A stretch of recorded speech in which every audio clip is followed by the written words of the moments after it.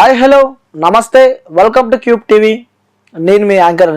So Pahalgam ఇష్యూకి సంబంధించి కూడా ఆ జిప్ లైన్ వీడియో ఒకటి వైరల్గా మారింది. సో ఎవరైతే ఆ జిప్ లైన్ ఎక్కిన వ్యక్తి ఉన్నాడో తను గుజరాత్కి సంబంధించిన వ్యక్తి అనమాట. సో తను ఆ జిప్ లైన్లో వస్తూ ఉంటే అక్కడ ఎవరైతే ఆపరేటర్ ఉన్నారో తను కూడా ఒక వర్డ్ అల్లాహ్ అక్బర్ అని చెప్పి కూడా కొన్ని వర్డ్స్ వాడడం జరిగింది. సో తను అలా వెళుతుంటే ఆ జిప్ లైన్లో కూడా కింద మనకి ఆ టెర్రరిస్ట్ అటాక్ అయితే జరుగుతుంది. సో ఆ వీడియోలో మనం క్లారిటీగా చూస్తున్నాం. అసలు ఏంటి ఈ యొక్క వీడియోకి ఉద్దేశించి కూడా అసలు అక్కడ ఏం జరిగిందో కూడా మనం అందులో క్లారిటీగా చూస్తున్నాం. కింద ఎవరైతే టెర్రరిస్ట్ ఎవరైతే వచ్చారో సో వాళ్ళు ఇక్కడ ఇండియన్స్ పై కూడా కొంతమంది అక్కడికి వెళ్ళిన ఆ టూరిస్టుల పైన కూడా దాడి చేసే విజువల్స్ కూడా కొన్ని వాళ్ళ గన్నులతో కూడా కాల్స్తూ వాళ్ళు కింద పడ్డ విషయాలు కూడా మనము చూస్తూ ఉన్నాం.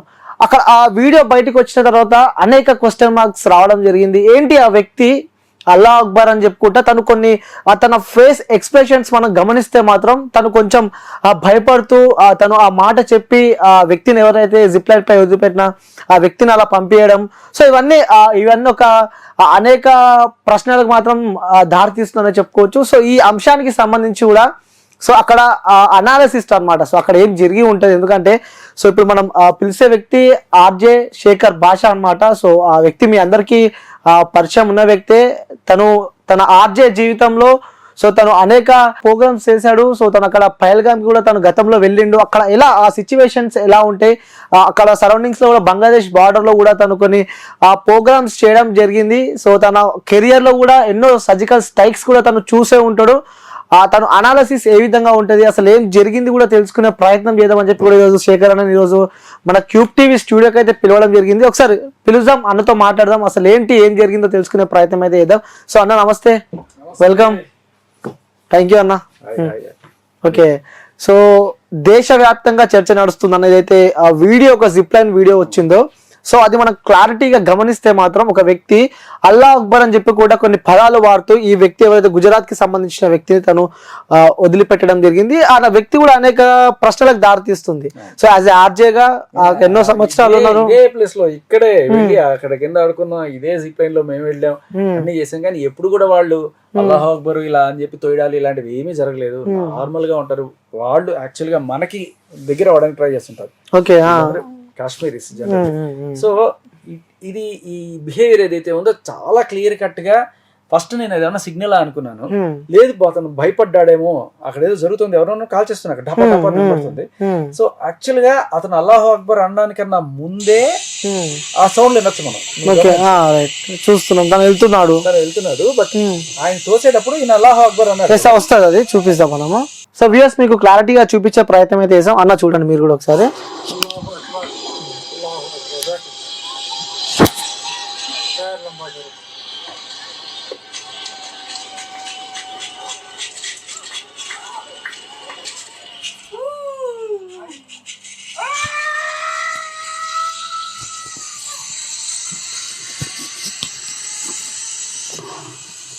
సౌండ్స్.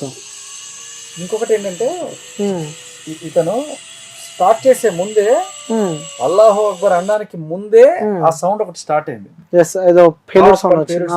కాలుస్తున్నారు. అప్పటికి ఈయనకేం గమనించే స్థితిలో లేడు. ఎగ్జైట్మెంట్. సో అతనికైతే క్లియర్ కట్ గా ఇన్ఫర్మేషన్ ఉంది. కాకపోతే ఇప్పుడు ఏం జరుగుతుంది, ఇది ఇంత కాల్పులు మనుషులను చంపేస్తారనే ఇదైతే లేదు. బట్ కింద గుర్రాలు ఎక్కి పైకి రావాలి. రూట్ ఎలా ఉంటుందో నిజమేనా? అరాచకంగా ఉంటుంది. గుండె ప్యాంట్ లోకి వచ్చేస్తుంది. ఎడ్జ్ లో కొండ ఎడ్జ్ లో పోతా ఉంటది. ఆయనకి అలవాటే, గుర్రానికి అలవాటే, కాబట్టి కామ్గా కళ్ళు మూసుకొని వెళ్ళిపోతా ఉంటారు వాళ్ళు. మనం మాత్రం చూస్తే ఒక్క మిల్లీమీటర్ అట్లా జారిందంటే పోయి కింద లోయలో పడతాను. సో మనకు తెలియదు, వాళ్ళు చెప్పరు ఇంత రిస్కీగా ఉంటుంది. ఎత్తుకొని వెళ్ళిపోతారు. పదండి సార్ అంటాడు. వాళ్ళ కాన్ఫిడెన్స్ చూసి మనకు ధైర్యం వస్తుంది తప్ప. సరే వెళ్ళాము. ఇదైతే మాత్రం చాలా క్లియర్ కట్ గా వాళ్ళు గుర్రాలు ఎక్కే వాళ్ళు కూడా కొంతమందిని మీరు హిందూసా ముస్లింసా అని అడిగి చేస్తున్నారు అంటే ఇది ఆల్రెడీ అంటే ఇతనొక్కడే కాకుండా ఈ దీంట్లో పనిచేసే వాళ్ళు ఎవరైతే ఉన్నారో ఆ విభాగానికి సంబంధించి అందరినీ కూడా వీళ్ళు ఏదో రకంగా కాంటాక్ట్ చేసి ఓన్లీ అక్కడ హిందువులే ఉండేట్టు చూసుకోవడానికి ప్రయత్నం అయితే జరిగింది. సో దీన్ని నిర్ధారించుకుంటూ మళ్ళీ ప్రతి ఒక్కళ్ళు కూడా నువ్వు హిందువా చూసి మరి అంత దరిద్రం చేశారు వాళ్ళు. సో అంటే ఇక్కడ నాకు ఇంకో డౌట్ కూడా, అందరూ హిందువులే వచ్చేట్టు ప్లాన్ చేయడానికి వీళ్ళందరినీ కనుక వాడుంటే మరి అందరూ హిందువులే ఉన్నారనుకుని యథేచ్ఛగా కాల్పులు జరిపేచ్చు కదా. అవును. అప్పుడు కూడా ఉన్నవాడు ముస్లిమా హిందువా అని చెప్పి చూసి ఎందుకు కాల్పులు జరిపాడు, ఇక్కడ కూడా ఒక క్వశ్చన్ మార్క్ వస్తుంది. అవును. సో మేబీ డబుల్ చెక్ చేసుకున్నాడు అని అనుకోవచ్చు, లేదు అందరికి ఇన్ఫర్మేషన్ లేదు, కొంతమందికి ఇన్ఫర్మేషన్ ఉందని అనుకోవచ్చు. ఎందుకంటే ఒకతను వీళ్ళకి ఎగనెస్ట్ గా పోరాడి సో మేబీ అతను కూడా ఇన్ఫర్మేషన్ లేదు కదా ఇలా జరుగుతుంది. తను కూడా ఒక ముస్లిం సామాజిక వర్గానికి చెందిన వ్యక్తి, సామాజిక వర్గానికి చెందిన వాడు, ఇక్కడ పనిచేస్తున్నవాడే. అవును, ఏదో టూరిస్ట్ కాదు. సో ఎవరు ఇక్కడ పైకి వచ్చే వాళ్ళు ఎవ్వరు కూడా ఇక్కడ రెగ్యులర్ గా బిజినెస్ చేసుకునే వాళ్ళే ఉంటారు తప్ప మామూలుగా టూరిస్ట్ లాగా వచ్చే ముస్లిమ్స్ ఎవరు ఉండరు. అవును, టూరిస్ట్ లా వచ్చే ముస్లిమ్స్ ఉండొచ్చు, కానీ ఈ కాశ్మీర్ వ్యాలీలోకి సంబంధించిన వాళ్ళు ఎవ్వరు కూడా బిజినెస్ చేసుకునే వాళ్ళు వస్తారు ఇక్కడ. అవును, అక్కడ చాలా అమ్ముకునే వాళ్ళు వస్తారు అని చెప్పి కూడా అమ్ముకునే వాళ్ళే వాళ్ళు. ఏదైనా సరే కొన్ని రకరకాల కాశ్మీరీ షాల్వాస్ కానీ లేకపోతే ఖావాటీ ఇటువంటి కాశ్మీరీ ఐటమ్స్ ఏమైనా అమ్మడానికి అక్కడ కొన్ని స్టాల్స్ ఉంటాయి, అవి పెట్టుకునే వాళ్ళు వీళ్ళందరూ వస్తారు. సో వాళ్ళకి ఇతనికి సంబంధం లేకుండా ఏమి ఉండదు. వాళ్ళల్లో ఒకడే ఈ సేవ్ చేసిన వాడు, వాళ్ళల్లో ఒకడే వీడు, వాళ్ళల్లో ఒకడే కింద గుర్రం. డౌట్ రాకుండా ఉండడానికి మాత్రం అలా కాపాడడానికి ప్రయత్నాలు చేసి అందరికీ విషయం తెలియకపోవచ్చు, కొంతమందికి తెలిసి ఉంటుంది. ఓకే, అంటే ఎవరిని టార్గెట్ చేస్తారు? ఈ బిజినెస్ చేసుకునే వాళ్ళలో కూడా పైకి వెళ్ళి స్టాల్స్ పెట్టుకునే వాడికి అక్కడికి వచ్చే వాళ్ళు హిందువులు అయితే ఏంటి, ముస్లింలు అయితే ఏంటి వాడు అనుకునేవాడు. కానీ పైకి హిందువులు తెచ్చేది ఎవరు? గుర్రాల్లో పోలీసు. వాళ్ళు మెయిన్, వీళ్ళకి ఇన్ఫర్మేషన్ లేదు. అంటే అక్కడ బిజినెస్ చేసుకునే వాడు ఏంటి అడుగుతాను, సంబంధం లేదు కాబట్టి అతనికి సంబంధం లేదు. వచ్చాడు, ఉన్నాడు, సడన్ గా ఏం జరుగుతుంది అని పోరాడాడు. వచ్చే వాళ్ళకి తీసుకొచ్చే వాళ్ళు మెయిన్, అక్కడ తీసుకొచ్చే వాళ్ళని టార్గెట్ చేశాడు. అవును. సో తీసుకొచ్చే వాళ్ళు ఎవరు? మరి ఇతను కూడా ఇక్కడ బిజినెస్ చేసుకునేవాడే. ఎవరు? ఈ జిప్ లైన్. అవును. సో జిప్ లైన్ లో తోసేవాడు కింద నుంచి పైకి పట్టుకొచ్చేవాడు అయితే కాదు కదా. అవును. వాడికి చెప్పాల్సిన అవసరం లేదు కదా. అవును, వాటికి చెప్పాల్సిన అవసరం లేదు. కానీ అతనికి ఏదో ఇన్ఫర్మేషన్ ఉందన్నట్టుగానే మనకి అక్కడ అతని మొహకవళిక కావచ్చు, అతను భయపడే తీరు కావచ్చు, ఇవన్నీ కూడా మనకి అనిపిస్తుంది. అతను ఇట్లా తోసేసి ఇటు తిరిగేసాడు, ఇంకా నా వల్ల కాదు వీడిని చూడడం, వీడికి కాసేపట్లో చచ్చిపోతాడు అని చెప్పి ఇట్లా తోసేసి అటు కూడా చూడట్లేదు, తిరిగిపోయాడు కంప్లీట్ గా. సో మేబీ మనం జనరల్ గా ఏదన్నా దేవుడు దేవుడు దేవుడు దేవుడు దేవుడు దేవుడు అనుకుంటాం. మనం దేవుడు అనుకుంటాం, వాళ్ళు అల్లాహ్ అక్బర్ అల్లాహ్ అక్బర్, అది కూడా ఆలోచించాలి. సో ఆ భయం అయితే ఉంది, కానీ అతనికి ఇన్ఫర్మేషన్ తెలిసిన విషయం అయితే మాత్రం అతను కవళికల్లో లేకపోతే, ఎందుకంటే భయపడ్డావు బానే ఉంది. మరి అంత భయపడుతున్నప్పుడు అరే నీకు వచ్చే 200కు 300కు ఒక ప్రాణాన్ని అట్ట తోసేస్తావా? తప్పదు, 100% తప్పదు కదా. అన్న ఆపాలి నువ్వు. అవును, అన్న ఆపుంటే నిజంగానే పాపం చనిపోయి ఉండేవాడేమో. ఇతను అవతల పక్కకి వెళ్ళి సేవ్ అయిపోయాడు. అవును, పైనుంచి వెళ్ళి అతను. అవును. సో అది అంటే బూన్ ఇన్ డిస్గేస్ అన్నట్టుగా శాపంలో కూడా వరం అతనికి. నిజంగా అది. సో ఇది క్లియర్ కట్ గా ఇతను అయితే ఇన్వెస్టిగేషన్ చేస్తున్నారు ఎన్ఐఏ వాళ్ళు. ఎన్ఐఏ వాళ్ళు వాళ్ళ హ్యాండ్ ఓవర్ తీసుకున్నారు, వాళ్ళు ఇన్వెస్టిగేషన్ మొదలు పెడుతున్నారు. సో ఈ అంశానికి ఇంకా మనము ఆ డీప్ గా చూసుకుంటే, ఎందుకు హిందూస్ ఎందుకు టార్గెట్ అంటే ఏం చెప్తారన్న మీద? ఎందుకంటే చూస్తున్నాం ఈ హిందువులపై దాడి అని చెప్పి అంత క్లియర్ గా తను అక్కడికి వెళ్ళి ఆ ప్యాంట్ ఇప్పి మరి చెక్ చేసి నువ్వు హిందువేనా అని చెప్పి చేశారంటే ఎలా చూడొచ్చు వాళ్ళు? ఎందుకంటే మాకు సంబంధం లేదని చెప్పి కూడా ఆ పాకిస్తాన్ సంబంధించిన వాళ్ళు చెప్తూ ఉన్నారు. మళ్ళీ వాళ్ళ పర్మిషన్ లేదే వీళ్ళు చేస్తారని చెప్పి కూడా చాలా అనేక క్వశ్చన్ మార్క్స్ వస్తున్నాయి ఇందులో. హిందువులే కాదు, హిందువుల్లో కూడా మగాళ్ళు మాత్రమే టార్గెట్. సో హిందువుల్లో ఆడవాళ్ళు అయితే మళ్ళీ అది కూడా వదిలేస్తున్నారు. ఓన్లీ మగవాళ్ళే టార్గెట్, చిన్న పిల్లలను కూడా వదిలిపెడుతున్నారు వాళ్ళు. సో ఈ మగవాళ్ళని చంపడం అనేది ఇక్కడే కాదు, పాకిస్తాన్ లో కూడా ఇప్పుడైతే పార్టీషన్ అయిపోయిన తర్వాత భారతదేశానికి సంబంధించిన బోల్డ్ మంది హిందువులు అటు నుంచి ఇక్కడికి వచ్చేసి ఇక్కడ ఉన్నారు. బట్ చాలా మంది రాలేక వాళ్ళ ఆస్తులు లేకపోతే ఆ వాళ్ళు నమ్ముకున్న మట్టిని వదిలి అనురాగంతో అక్కడే ఉండిపోయిన హిందూస్ చాలా మంది ఉన్నారు. తర్వాత ఈ పాకిస్తానీలు బలవంతంగా వాళ్ళని కన్వర్ట్ చేయడానికి ట్రై చేశారు. అందులో వాళ్ళు చేసే మొట్టమొదటి పని ఏంటంటే మగాళ్ళని చంపేయడం, ఆ కుటుంబంలో ఆడవాళ్ళని ముస్లింలకి బలవంతంగా ఇచ్చి పెళ్లి చేసుకోవడం లేకపోతే చెరబట్టడం, ఇటువంటివి. సో ఇలా చేసి చేసి చేసి దాదాపు ఒక 20-30% మంది ఉండే హిందువుల్ని ఇవాళ 2%, 3% పట్టుకొచ్చారు. సో ఇదే వాళ్ళ మోడ్ ఆఫ్ ఆపరెండి. ఇలాగే చేస్తారు అనమాట. అంటే ఆడవాళ్ళని అటు బయటికి పంపిస్తూ ఉంటారు. ఆడవాళ్ళని ఇచ్చి వాళ్ళు పెళ్లి చేసుకోవాలి, మగాళ్ళని చంపేయాలి. సో ఈ రకంగా అక్కడ హిందూ పాపులేషన్ ని తగ్గించాలి. ఓకే, సో ఈ అటాక్ తర్వాత కూడా కొన్ని వీడియోస్ చూస్తూ ఉన్నాం అన్న మనం, ఎందుకంటే ఆ సోషల్ మీడియాలో కొన్ని వీడియోలు వైరల్ అవుతున్నాయి. ఇక్కడ మనకి ఇక్కడ అక్కడ నుంచి పాకిస్తాన్ నుంచి ఇక్కడికి వచ్చి వాళ్ళు ఇక్కడ ఇండియా అబ్బాయిని మ్యారేజ్ చేసుకొని ఇక్కడ కొంతకాలంగా ఆ లాంగ్ టైం వీసా తీసుకొని ఇక్కడ ఉంటున్న వ్యక్తులు కూడా కొన్ని వీడియోస్ మనం చూసాము. మేము వెళ్ళము, మేము ఇండియాలోనే ఉంటాము అని చెప్పి కూడా. ఎందుకంటే ఇవి అనేక విషయాలు మనం వెళ్ళము ఇండియాలో ఉంటాము అనేది కూడా వాడి పాయింట్ కాదు. ఏంటంటే పాకిస్తాన్ ఇప్పుడు ప్రస్తుతం అడుక్కు తినే స్టేజ్ లో ఉంది. ఓకే, బొచ్చెత్తుకొని సౌదీ అరేబియా దగ్గర వాళ్ళ దగ్గర వీళ్ళ దగ్గర ఎంతో కొంత IMF బెయిల్అవుట్ చేస్తుందా, వరల్డ్ బ్యాంక్ ఎంతో కొంత ఇవ్వకపోద్దా, అమెరికా బెయిల్అవుట్ చేస్తుందా, ఇటువంటి ఏదో రకమైన దరిద్రపు కొట్టు స్టేజ్ లో ఉన్నారు. ఇద్దరు విడిపోయినప్పుడు ఇద్దరు రూపాయి ఒకటే వాల్యూ. అయితే మన రూపాయి మీద గాంధీ ఉంటారు, వాళ్ళ రూపాయి మీద జిన్నా ఉంటాడు, అంతే తేడా. కానీ ఇప్పుడు ఒక గాంధీకి 2 జిన్నాలు. సో అలా అయిపోయింది వాళ్ళ ఎకనమీ. వాళ్ళ రూపాయి కాస్త ₹10 పడిపోయింది వాల్యూ. సో ఇటువంటి పరిస్థితుల్లో అక్కడ తిండి లేక, లేకపోతే ఆపర్చునిటీస్ లేక, సరైన చదువు లేక చాలామంది ఏం చేస్తున్నారు, ఎస్పెషల్లీ ముస్లిం లేడీస్. ఇప్పుడు మీరు గమనిస్తే ఈ ట్రెండ్ ఇండియాలో కూడా చాలామంది అమెరికాలో బెటర్ ఇది ఉంటుంది, కెనడాలో బాగుంటుంది అని చెప్పి అక్కడికి వెళ్ళి వాళ్ళని పెళ్లి చేసుకోవడం, సెటిల్ అయిపోవడం, ఇలాంటివి చూస్తుంటాం. సో ఇప్పుడు అదే ట్రెండ్ పాకిస్తాన్ నుంచి ఇండియాకి మొదలైంది. ఓకే, వీళ్ళు ఏంటంటే పాకిస్తాన్ నుంచి ఏదో రకంగా వీసా తీసుకొని ఒక 6 నెలలకు 2 నెలలకు ఇక్కడికి వస్తారు. ఇండియా మెడికల్ టూరిజం కావచ్చు. మెడికల్ అంటే నాకేదో ఒంట్లో జబ్బు ఉంది, నేను ఆపరేషన్ చేయించుకోవాలనో, లేదు ఏదో తాజ్మహల్ చూస్తానో, లేకపోతే ఏదో ఒకటి చూస్తానని చెప్పి వస్తారు, ఏదో ఒకటి చేసుకొని. వచ్చినప్పుడు ఇక్కడ సంబంధాలు కలుపుకుంటారు. వచ్చేదేమో టూరిస్ట్ వీసా మీద, సంబంధం కలిసిపోతుంది, పెళ్లి చేసేసుకుంటారు. ఇక్కడ పెళ్లి చేసేసుకున్న తర్వాత ఏదో ఎక్స్టెన్షన్ కోసం అప్లై చేసుకుంటారు. అది వచ్చే లోపల ఏదో జరుగుతూ ఉంటుంది. వీళ్ళు ఈ లోపల పెళ్లి చేసుకోవడం, పిల్లల్ని కనేయడం, ఇది కూడా జరిగిపోద్ది. అయితే ఇక్కడ పుట్టే పిల్లాడికి, అంటే ఇక్కడున్న మన హైదరాబాదీ ముస్లిం సోదరుడికి అండ్ అలాగే పాకిస్తానీ అమ్మాయికి జరిగిన వివాహంలో పుట్టిన అబ్బాయి ఎవరైతే ఉన్నాడో వాడు బై బర్త్ ఇండియన్ సిటిజన్. అవును. ఇప్పుడు ఏమైంది, ఇటువంటి క్లాష్ మొదలైనప్పుడు ఇక్కడ ఉన్న పాకిస్తాన్ వాళ్ళందరూ వెళ్ళిపోండి అని చెప్పి హుకుం. ఇప్పుడు ఈవిడ పాకిస్తానీ పాస్పోర్ట్, సో తీసుకు పంపించేయండి అన్నారు. కొడుకేమో ఇక్కడ, మొగుడేమో ఇక్కడ. ఇప్పుడు కొడుకుని మొగుడిని వదిలేసి పాకిస్తాన్ వెళ్ళిపోవాలి. ఈవిడ కొడుకు, కూతురు, ఇట్లా ఉన్నవాళ్ళు చాలా మంది. ఎంతమంది తెలుసా, 5 లక్షల మంది ఉన్నారట. ఇట్లా 5 లక్షల మంది ఇండియాకి వచ్చి పెళ్లి చేసుకున్న వాళ్ళు, ఆడవాళ్ళు ఇక్కడ ఉన్న వాళ్ళతో 5 లక్షల మంది. ఎవిడెన్స్ ప్రూఫ్స్ ఉన్నాయా మీ దగ్గర? ఉన్నాయి, ఆర్టికల్స్ కూడా ఉన్నాయి కదా.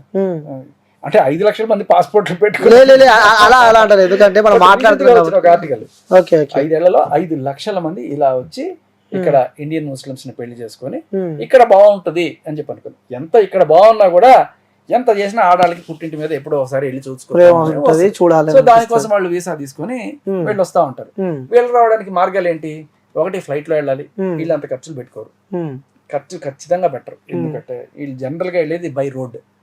ఎక్కడ వాఘా బార్డర్ ఉంది అంటే కరెక్ట్ గా మనం అమృత్సర్ నుంచి లాహోర్, ఎంత దూరం తెలుసా అమృత్సర్ నుంచి లాహోర్?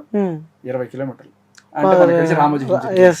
సో ఇండియా నుంచి లాహోర్ 20 కిలోమీటర్లు కరెక్ట్. సో ఆ బోర్డరే అటారీ బాగా బార్డర్ అంటారు.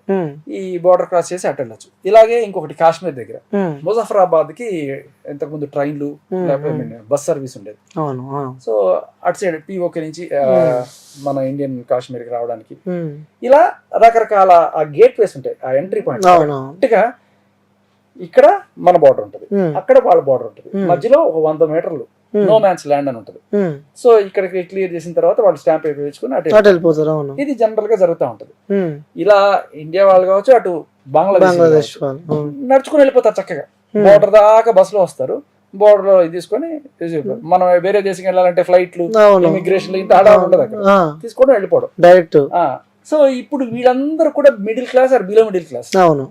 బిలో మిడిల్ క్లాస్ వాళ్ళు కూడా అక్కడి నుంచి ఇక్కడికి వచ్చి పెళ్లి చేసుకొని బతకడానికి కారణం ఏంటంటే ఇక్కడ ఉన్న స్థితిగతులు బాగున్నాయని. కానీ ఇప్పుడు వాళ్ళు వెళ్ళిపోవాల్సిన పరిస్థితి. వెళ్ళిపోవాలన్నా కూడా 2 రోజులు టైం ఇచ్చారు, తర్వాత లాక్ చేసేస్తున్నారు. ఉన్న వాళ్ళని తీసుకెళ్లి లోపల వేయడం ఇట్లాంటివన్నీ కూడా జరుగుతుంది.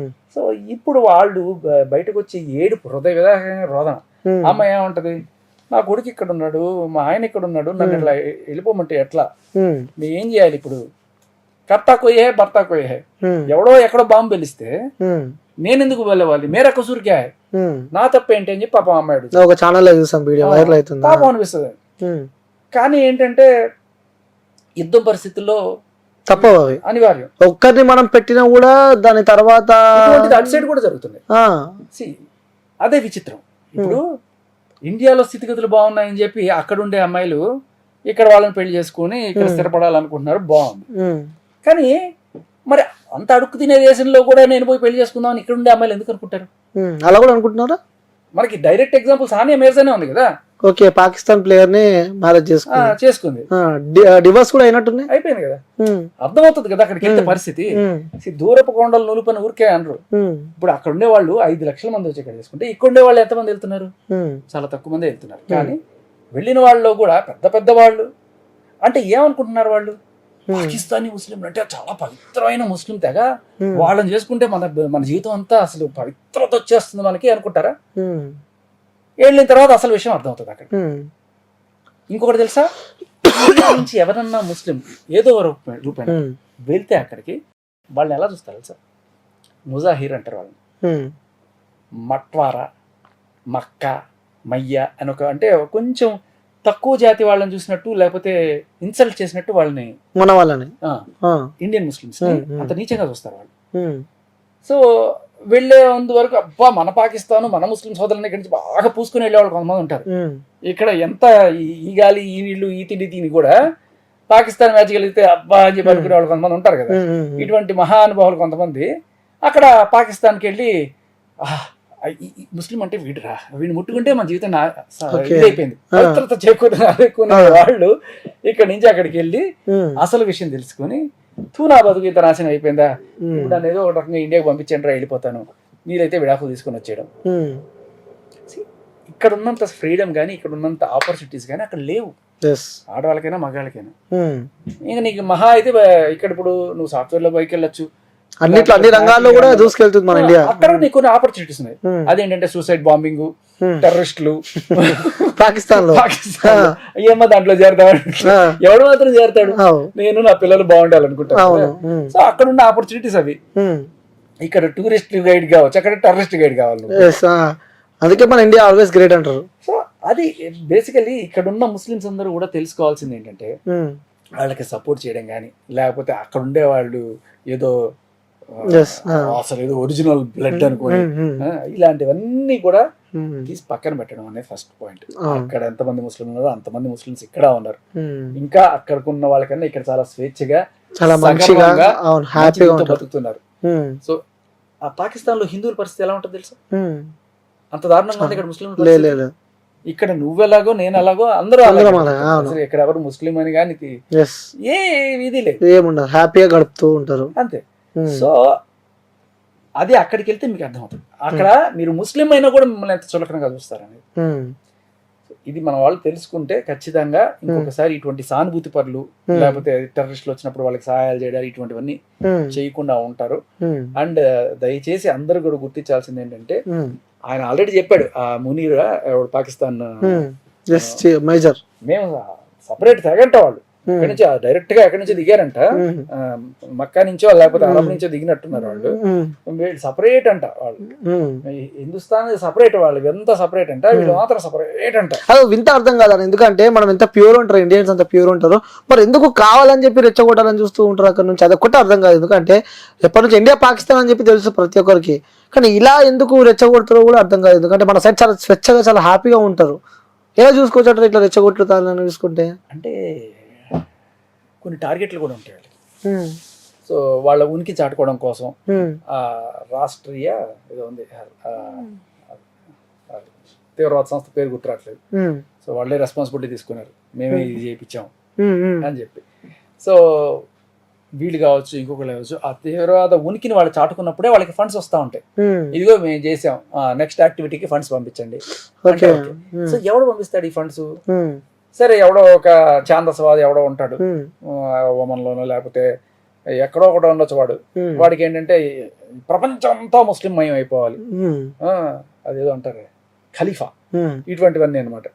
సో దానికోసం వీళ్ళు ఫండింగ్ చేస్తా ఉంటారు, ఐసిస్ కానీ లేకపోతే ఎక్కడ ఎవడో ఒకడు నేను వేస్తా ఉంటాను, నువ్వు ప్రూవ్ చేసుకోరా నేను నీకు ఇస్తా డబ్బులు అంటాడు, చేస్తా ఉంటాడు. దీనికి తోడు వీళ్ళకి ఆయుధాలు కావాలి.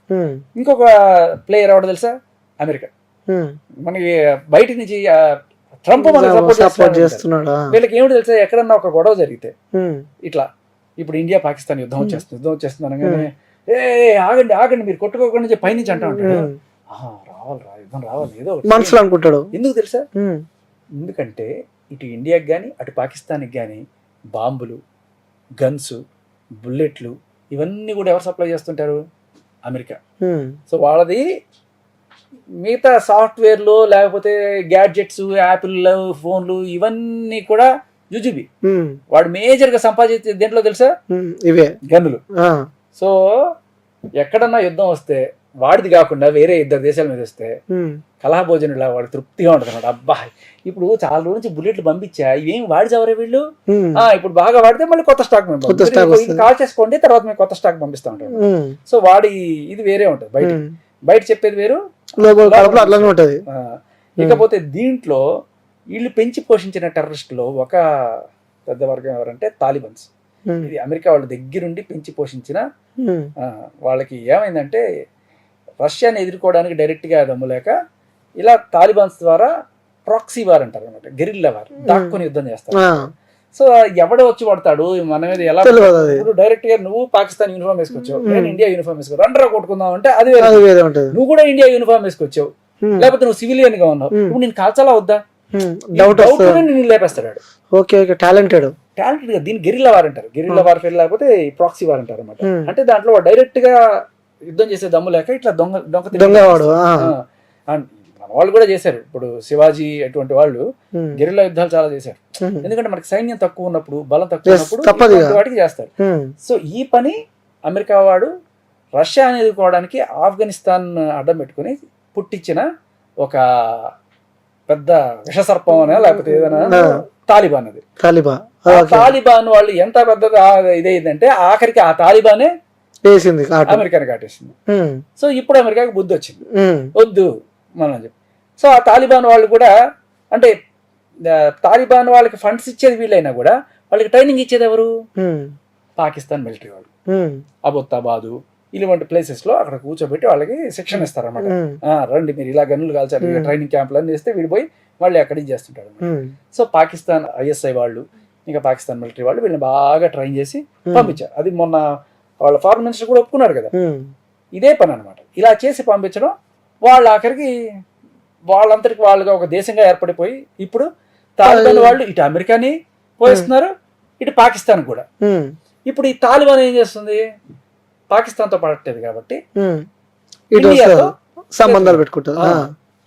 ఎందుకంటే ఇండియా వాళ్ళు చాలా మంచి పనులు చేస్తున్నారు ఆఫ్ఘనిస్తాన్ లో, డ్యాములు కట్టించడం కావచ్చు, వాళ్ళకి చదువులు చెప్పించడం గురించి కావచ్చు. ఇంకా ఆఫ్ఘనిస్తాన్ టీం కూడా మీరు గమనిస్తే ఇండియాకి మంచి సపోర్ట్ ఉంటుంది వాళ్ళకి.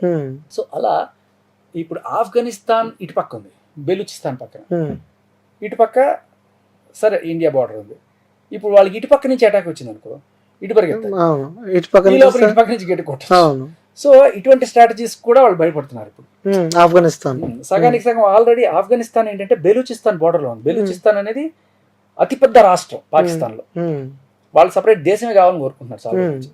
ఇప్పుడు ఈ బెలూచిస్తాన్ వాళ్ళు ఆఫ్ఘనిస్తాన్ సపోర్ట్ తీసుకున్నా లేకపోతే ఇలా ఇంటర్నల్ గానే ఈ తాలిబాన్ వాళ్ళు పాకిస్తాన్ ని గట్టిగా. సో కాబట్టి పాకిస్తాన్ ఇప్పుడు ఆల్మోస్ట్ ముక్కలైపోయే సిచ్యువేషన్ లో ఉంది. తాగడానికి కూడా సరిగా వాటర్ లేక, తినడానికి కూడా సరిగా తిండి లేని పరిస్థితిలో ఉన్నాం. అది వేరు, అక్కడ అన్ని ఏమి లేకపోయినా ఒకడేమో నాకు సింధు దేశం కావాలంటాడు, ఒకడేమో నాకు బెలూచిస్తాన్ కావాలంటాడు, ఇప్పటికీ ఒకదేమో నాకు ఖైబర్ పఖ్తూన్ఖ్వా కావాలంటాడు. మేమంతా ఫస్ట్ మాది వేరే తెగ, మేము అసలు మీలో కలవం, సంబంధమే లేదు మాకు, అంతే. మీరు అంతా ఇప్పుడు 500 ఏళ్ళు ముస్లింలు, మేము ఫస్ట్ నుంచి 5000 సంవత్సరాలు మాది అని చెప్పి వాళ్ళు. ఇలా ఎవడికి వాడు మా సపరేట్ దేశం కావాలి అని చెప్పి దాదాపు ఒక 5 రకాల దేశాల డిమాండ్ ఉంది పాకిస్తాన్. అందరిని బలవంతంగా అట్టే పెట్టుకుని రాజ్యం చేస్తున్నాడు. ఎవడు, ఆ పాకిస్తాన్ లో ఉన్న పంజాబ్. పంజాబ్ మన భారతదేశంలో ఉన్నట్టే పాకిస్తాన్ లోనూ పంజాబ్ ఉంది. మనకి రాజస్థాన్ ఉన్నట్టే వాళ్ళకి రాజస్థాన్, గుజరాత్ ఉన్నట్టే వాళ్ళకి గుజరాత్ డివైడ్ అయినప్పుడు. సో దీంట్లో అందరికన్నా మోస్ట్ పవర్ఫుల్ ఎవరైనా ఉన్నారంటే పంజాబ్. ఆ పంజాబ్ ప్రావిన్సే మొత్తం ఇదంతా రూల్ చేస్తుంది. వీళ్ళు చేసి ఈ దరిద్ర పనులకి నచ్చక, అంటే ఏంటి, బలవంతంగా మతాన్ని కానీ లేకపోతే వాళ్ళ లాంగ్వేజ్ని కానీ రుద్దడం చేస్తుంటారు. ఇటువంటి పనులు చేసినప్పుడు బంగ్లాదేశ్ ఒకప్పుడు పాకిస్తాన్ కంట్రోల్లో ఉండేది.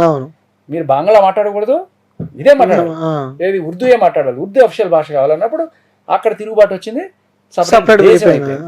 ఇంకా మెల్లగా మనం చూడాల్సింది ఏంటంటే బెలూచిస్తాన్ ఇప్పుడు సపరేట్ అవుతుంది, అలాగే సింధు దేశం ఇప్పుడు సపరేట్ అవుతుంది, అలాగే ఖైబర్ పఖ్తూన్ఖ్వా ఇప్పుడు సపరేట్ అవుతుంది. మహా అయితే ఒక 2-3 ఏళ్ళు, మహా అయితే 5 ఏళ్లలో అయిపోతుందని కొంతమంది విశ్లేషకులు చెప్తున్నారు. సో ఇలా ఇలా ఇలా నడుస్తుంది, ఇలా వెళ్తుంది అంటారు. సో చివరికి ఏం చెప్పాలనుకుంటాను మొత్తం మీ అనాలిసిస్ ప్రకారం? చాలా మంది యుద్ధం ఎప్పుడు వస్తుంది, యుద్ధం ఎప్పుడు వస్తుంది అని అనుకుంటున్నారు, కానీ యుద్ధం వస్తే పాకిస్తాన్ మన ముందు నిలబడేంత సత్తా లేదు. కానీ మనం చేసుకోవాల్సింది ఒకటి first point Kashmir brand buildup చేసుకోవడం. రెండోది చాలా ఇంపార్టెంట్,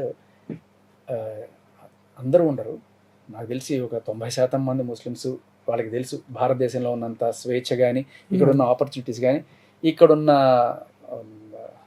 వాళ్ళకున్న ఆర్థిక వెసులుబాట్లు కానీ అక్కడ లేవని తెలుసు వాళ్ళకి. ఎవడైనా పాకిస్తాన్లో పోయిందుకుంటా అనుకుంటే ఇంత దేశం, నువ్వు ఇప్పుడు ఇండియాలో ఉన్నావు అనుకో, ఆసేతు హిమాచలం కాశ్మీర్ నుంచి కన్యాకుమారి దాకా ఎక్కడ వీసా అక్కర్లేదు నీకు, ఎక్కడికైనా తిరగచ్చు. ఇటు అస్సాం పోవచ్చు, అటు హిమాలయాలు పోవచ్చు, నీకు ఇక్కడ రాజస్థాన్ పోవచ్చు, ఎడార్లు ఉన్నాయి, మంచి ఎడార్లు ఉన్నాయి, అన్నీ ఉన్నాయి భారతదేశం. ఇంత పెద్ద దేశంలో తిరిగే అంత చిన్న దేశంలో పోయి ఎవడైనా ఉండాలనుకుంటాడా? నువ్వు అక్కడ ఆ దేశ పౌరుడైతే అక్కడ నూతిలో కప్పలాగా తిరగడం తప్ప ఏముండదు. 90% of the Muslims they know the greatness of India and they are proud, they are Indians. వాళ్ళకి ఆ దేశభక్తి ఉంది. కానీ కొంతమంది ఉంటారు, 10% అని కూడా చెప్పారు, ఇంకా తక్కువ వాళ్ళు ఉంటారు. వాళ్ళు చేసే ఈ దరిద్రం ఇటువంటి పనులకు తావిస్తుంది. లేకపోతే ఇక్కడ ఎవడు కూడా వాడికి సహారా ఇవ్వకపోతే వాడు లోపలికి వచ్చి ఇంత అటాక్ చేసేంత దమ్ము లేదు. ఖచ్చితంగా ఉన్నారు ఇంటి దొంగలు, కానీ వీళ్ళు మారాలి ఫస్ట్.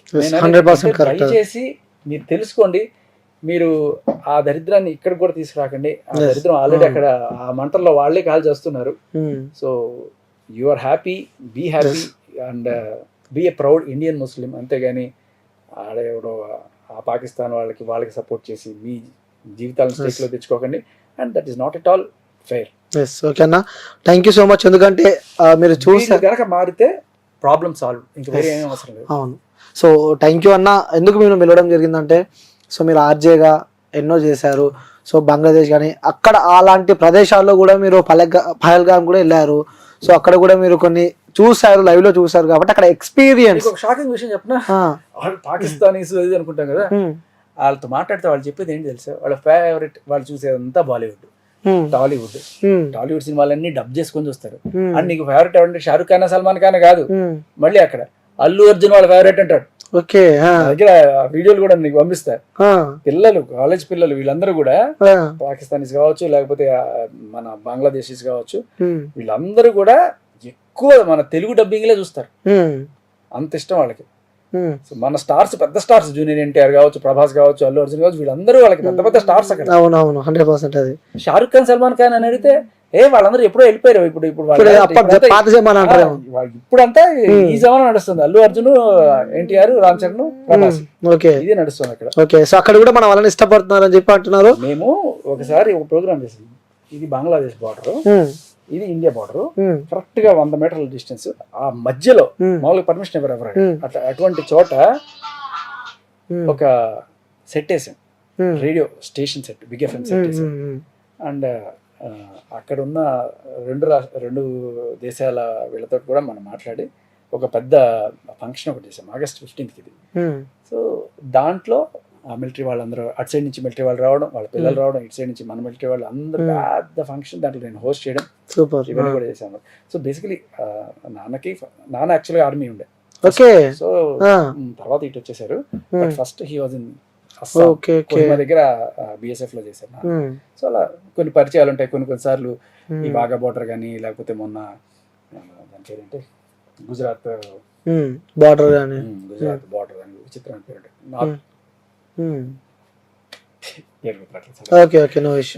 మన రన్ ఆఫ్ కచ్ దగ్గర ఉంటుంది బార్డర్. సో అలా నాడాబెట్ మొన్న జనవరి 26 కూడా నేను అక్కడే ఉండే. కరెక్ట్ గా బార్డర్ ఇట్లా వేలు పెడితే పాకిస్తాన్ బయట, పాకిస్తాన్ లో వేలు పెట్టానని చెప్పి అలా. సో పర్మిషన్స్ వస్తుంటే అప్పుడప్పుడు ఈ బాటిల్ దగ్గరికి వెళ్ళి యాక్టివిటీస్ కి అటెండ్ అవ్వడానికి, ఎస్పెషల్లీ నాకు అది ఇష్టం. మన జెండా తీసుకెళ్లి నాటడం, సెల్యూట్ కొట్టడం, జనరల్ గా పెడుతుంటే ఇన్స్టాగ్రామ్ లో ఇవన్నీ కూడా. జనవరి 26 కూడా అక్కడే ఉండే. సో సో అయినా కొంతవరకు.